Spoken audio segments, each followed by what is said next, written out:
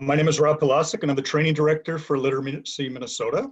And I name my session today, Reinventing a 50-Year-Old Program in 5 months, because this is something I constantly remind myself and I constantly remind my coworkers that, in a very short period of time, we have tried to rethink how things are done. And I'll hear my coworkers say, well, we need to rewrite this curriculum in a week. And I'm like, the same curriculum we just spent 5 years trying to do, it's probably going to take us longer than a week. So we're doing fast work, and I also remind myself that. I'm thankful for the early adopters and the fast thinkers who have really come up with some solutions here in the less than 5 months that we have been dealing with COVID and dealing with the switch to remote tutoring. My organization is Literacy Minnesota. It used to be called the Minnesota Literacy Council, and on January 1st, we changed the name.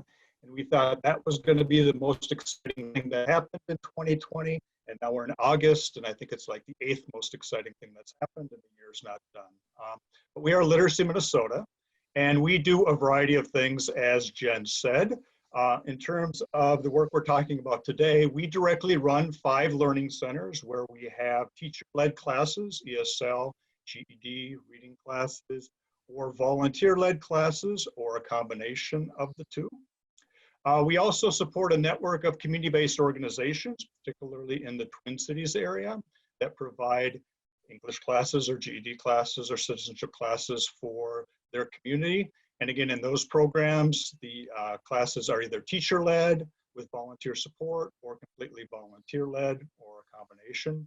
And then we support the state ABE network, so all of the school-based programs. In those situations, the classes are teacher-led, and then volunteers go in and support. So we do a wide variety of different things in the state. So when we say this is how we do in Minnesota, it really depends upon what system we're talking about. Because we all get the same, work from the same funding stream, we all work under the same assessment rules, accountability rules, and so forth. And one of the things that's happened in Minnesota over the years is we've really shifted away from the one-on-one tutoring model or the off-site tutoring model where tutors would meet with a student in a library or whatever, to on-site and small group instruction. And now I think we're sort of swinging back to that old model with virtual learning. The other thing is that Minnesota had a long history of using volunteers to provide instruction, and we've had a long history of distance ed, thanks in part to the great work of Jen, but there really hasn't been a whole lot of overlap between the two. Hadn't used volunteers very much. We had one program that used volunteers to do Skype tutoring, and 6 months ago we were like, yeah, that's really cute, and now we're like, tell us how it works, because that is the way of the future. So on March 16th, 2020, school shut down, so all of our in-person classes shut down for what we thought was going to be 2 weeks plus spring break. And we got locked down for another 3 weeks, and then May happened, and June happened, and July happened, and now August is happening, and it looks like we're going to be in this state for quite a while. And so when live tutoring stopped, remote tutoring models sort of popped up, and some programs moved very quickly. On Tuesday, they had tutoring happening. Other programs are taking much longer to figure out how it's going to work and how they're going to do things. So it's been all over the board. I think the idea of work slowly is a really good suggestion. Really, in Minnesota, there have been sort of 3 models that have popped up. And the first are teacher-led virtual classrooms with volunteer support. So these are in school-based programs where in the past, the classes were led by teachers and volunteers would help out. And so in those programs, that's what they're replicating. They'll have, instead of an in-person class in person, they'll do a Zoom class, and then volunteers will log in and help the class, work in breakout rooms, something like that. So pretty much similar to what they were doing when classes were live. I think the biggest barrier there has been how comfortable teachers have been in doing remote instruction. Some teachers jumped right in, and that was pretty straightforward. I think a lot of teachers are still struggling with how to do remote instruction. And that's a big one for me. I think we're anxious to get volunteers in there helping, but we need to have the infrastructure in place. We need to make sure that teachers and programs know how to deliver remote instruction, before we ask volunteers to go in and support them. The second model was virtual open labs, and a lot of our programs had open computer labs or open citizenship labs or whatever, where students would pop in during lab Hey, time and Rob, volunteer. I'm sorry to interrupt you right in No mid problem. sentence, but I think I'm wondering if you have a loose cord or something, because we're losing you a little bit at the end of your sentences, or maybe if you move or something. Okay, I'm gonna try without the microphone. I think I need a new computer, so I apologize for No, that. that's okay. That actually sounds better. Okay, And we could definitely understand you. We just had to listen harder at okay, the thanks end for of that feedback. some sentences. Yeah, So so let's the hear second what model, you said. like I said, is virtual labs. And so what will happen there now is that programs will set up a Zoom meeting for Wednesday from 2 to 4. And tutors will show up to that meeting and participants will show up to that meeting. They'll get paired up and work in breakout rooms, typically on citizenship, math material, things like that. And then the third model is one-on-one instruction with volunteers leading the classes one-on-one or leading small group instruction. And these are typically in programs that previously had volunteer-led classes. Now they're trying to move that over to a virtual setting. In some cases, they're doing it one-on-one. That was a great place to start. I think now they're moving towards a more small group. You can serve more students with less volunteer power. So in terms of providing training and support for the volunteers, and a lot of what Todd said is very true in terms of what we learned here. I think it's sort of three buckets that the support falls into. One is just support on the devices or the platforms, how to use Zoom, how to use WhatsApp, how to use the phone. And we really chose to focus on three ways of connecting with the students: the phone for lower level students, WhatsApp for those ESL students who are comfortable with WhatsApp, and then Zoom to sort of replicate the classroom model. And at first we were like, well, let's use whatever the students are using, and that came up to be a lot of different programs. And so just to support tutors and to have some consistency and some sustainability, we're really trying to limit what we're doing to 3 platforms. We'll probably add on more as we become comfortable with these platforms. Virtual tutoring, just how to do online tutoring, how to fill an hour of time, how to fill 40 minutes, how to do groups in a tutoring situation. There's those things we're all learning how to do. And then content training, just how to teach pronunciation, how to teach grammar, what's the GED about, just sort of those general things that tutors needed. And so what most programs did was started with the most experienced volunteers, and those are volunteers who are really comfortable with the content. They've been teaching it for a while, they were comfortable working with students, and so they were the first ones we asked to move over to online tutoring. And some of them said, yes, of course. In fact, they called us on Tuesday and said, I want to do this. Others said, you know what, for this, or this isn't what I signed up for, and that's okay. We also found that we had a lot of tutors who had disappeared come back, partly because there wasn't a whole lot to do during COVID, especially when we were locked down. And so they recontacted the program. So reaching out to former tutors and asking if they'd be interested is a great strategy if you're looking for additional help. After we had the most experienced tutors and the most comfortable tutors, then we moved on to the less comfortable tutors, less experienced tutors who needed a little bit more support in terms of lesson planning, materials, and things like that. And now I think we're moving into how can we bring in new volunteers who have never tutored before, so they're unfamiliar with the whole